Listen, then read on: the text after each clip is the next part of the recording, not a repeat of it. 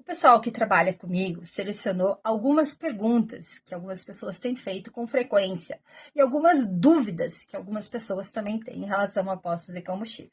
Então, eu vou responder aqui e vou dar também a minha opinião em relação a algumas coisas aí. Então, fica ligado aí nas perguntas e respostas.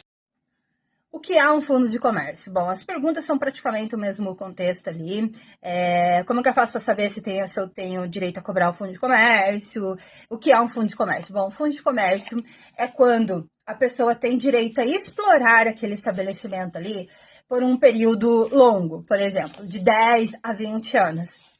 Muito dificilmente, hoje, o pessoal faz contrato de 5 anos. Geralmente, são contratos acima de 10 anos. Porque os valores do fundo de comércio, principalmente em regiões como Santa Catarina, que é muito valorizada, os valores é bem estrondoso. Então, o direito do fundo de comércio é o direito de você explorar aquele estabelecimento ali por 10 a 20 anos. Tudo depende da negociação.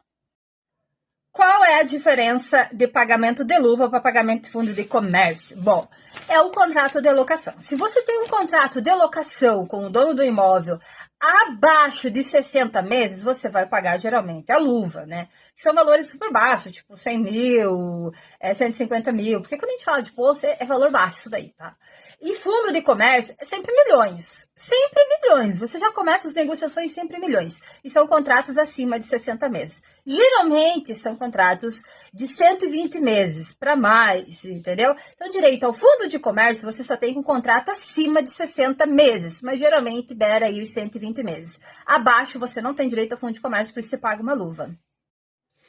Preciso da anuência do dono do terreno para fazer um contrato com uma distribuidora de combustível? Bom, se você for colocar uma bandeira, com certeza você precisa. Tá? Primeiro porque hoje as companhias estão assim tão abaladas com a criminalidade que dominou o segmento de pós de combustível que hoje elas estão amarrando o dono do terreno junto.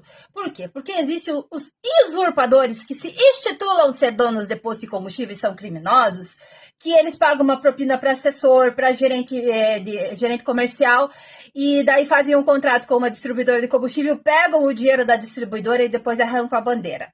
Então hoje as distribuidoras de combustível estão amarrando o dono do imóvel junto para obrigar esse contrato a ser cumprido. Então, assim, com certeza você precisa da anuência do dono do terreno, sem dúvida nenhuma.